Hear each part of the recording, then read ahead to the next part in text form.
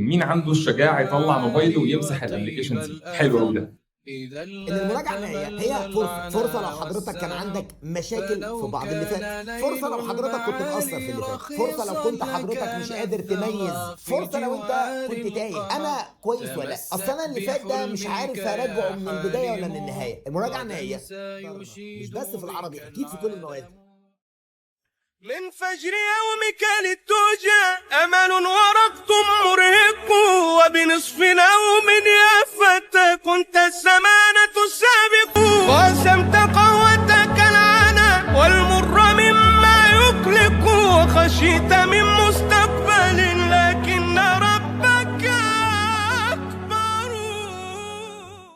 شايف الناس بس بشكل عام مش انتوا يعني كسلانه الفتره دي شويتين، ودي فتره اصلا محتاجه في الطبيعي علو همه. فخليني اقول لك على حبه خطوات كده تخليك شخص عالي الهمه. يمكن بيوصلنا اسئله كتير شويه، هو ازاي نكون ناس منجزه او ازاي نخلص حاجات كتير في وقت قليل. فخلينا اديك حبه نصايح كده. اولا، مش هتكون شخص عالي الهمه الا بالاستعانه بالله سبحانه وتعالى. لازم تستعين بربنا وتبقى عارف ان انت من غير ربنا سبحانه وتعالى انت مش هتقدر تعمل حاجه. طب ازاي تستعين بربنا سبحانه وتعالى؟ انك تتيقن وتبقى عارف في نفسيتك كويس جدا ان انا من غير ربنا ولا حاجه، ان انا من غير ربنا ما يكرمني مش هقدر اعمل حاجه، وان انا لو معايا ربنا سبحانه وتعالى كل عسير هييسر باذن الله. ده معنى الاستعانه، انك تفتقر لله سبحانه وتعالى. انا من غير ربنا مش هعرف انجز اي حاجه. ده معنى الاستعانه يا شباب. ان المراجعه النهائيه هي فرصه لو حضرتك كان عندك مشاكل في بعض اللي فات، فرصه لو انت كنت تايه، فرصه لو حضرتك كنت مقصر في اللي فات، فرصه لو كنت حضرتك مش قادر تميز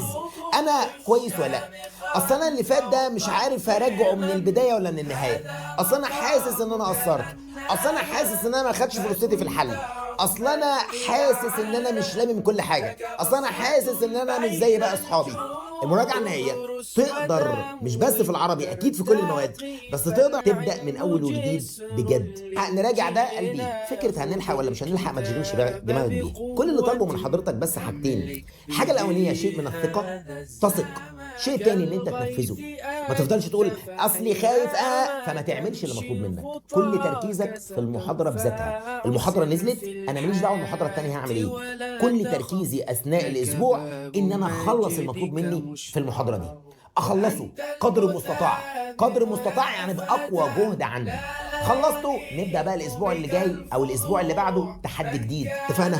المهم عايزك تستعين بالله، ومش عايز حضرتك تبقى عندك حماسة البدايات اللي بتفقدها بعد أول ساعة أو ساعتين أو يوم أو يومين. وتذكر يا صديقي أن دايما العبرة مش بالحماسة، العبرة بالصبر، بالنفس الطويل. فاحنا مش عايزين من حضرتك حماسة مفرطة. أنا عايزك تبقى صبور، عايزك تبقى عندك نفس طويل في وسط ما الناس بتقول أنا جبت آخري، أنت هادي ومحافظ على مبدأك. في وسط ما الناس عماله تشد في شعرها وتقول ايه الحق ده الامتحانات قربت، ده انا مش عارف، انت صبور. الحاجة التانية صراحة اللي هتفرق معاكم جدا الفترة اللي جاية ألا وهي إنك تصحى بدري. ويمكن أنت سمعت الكلام ده كتير قوي قوي قوي قوي، بس الصحيان بدري ده يا جماعة والله سحر مش عايز أقول لكم إيه. الحاجة التالتة، إحنا كده قلنا الاستعانة بالله، الصحيان بدري. الحاجة التالتة ألا وهي البعد عن الملهيات.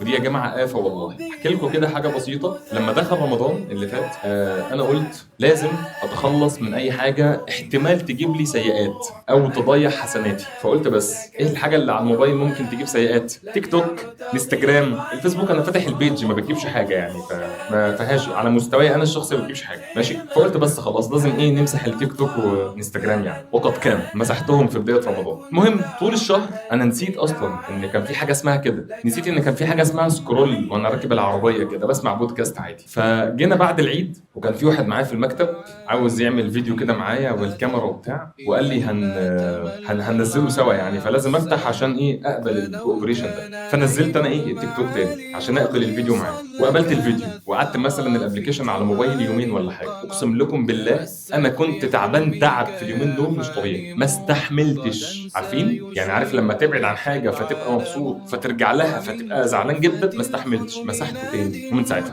لا تيك توك ولا انستجرام. فدي ملهيات، وانت الفتره الجايه محتاج جدا تبعد عن الملهيات. انا شايف حياتي بس، ودي نصيحه ليك، شوف حياتك بس. خلاص، ملخص سريع للروشتة: استعين بالله، اصحى بدري، ابعد عن الملهيات، اكتب خطتك قبل ما ان عنترة لما سئل عن الشجاعة قالوا له الشجاعة بتجيبها منين؟ احنا واحنا بنقاتلك عمالين نعور فيك وانت تعور فينا، نعور فيك وانت تعور فينا لحد ما احنا بنجيب اخرنا. قال لهم انما الشجاعة بالصبر. انا ببقى نفسي اعيط زيكم. انت فاكر ما فيش الشاطر ما بيخافش؟ بيخاف، نفسه يصوت، نفسه يعيط، بس بيتحتم عليه ان انا عندي ألم بس مطلوب مني اصبر. عشان كده انا نفسي اعيط زيكم بس مطلوب مني ايه؟ لا اصبر، اصبر. خلاص اتفقنا؟ فتذكر ان المطلوب من حضرتك دلوقتي مش الحماسه المفرطه خالص، مطلوب من حضرتك الصبر، تبقى صاحب نفس طويل. ألقاكم على خير إن شاء الله بإذن الله مع المحاضرة. سبحانك اللهم وبحمدك، أشهد أن لا إله إلا أنت، أستغفرك وأتوب إليك، واستعن بالله يا صديقي وتوكل عليه. سلام عليكم.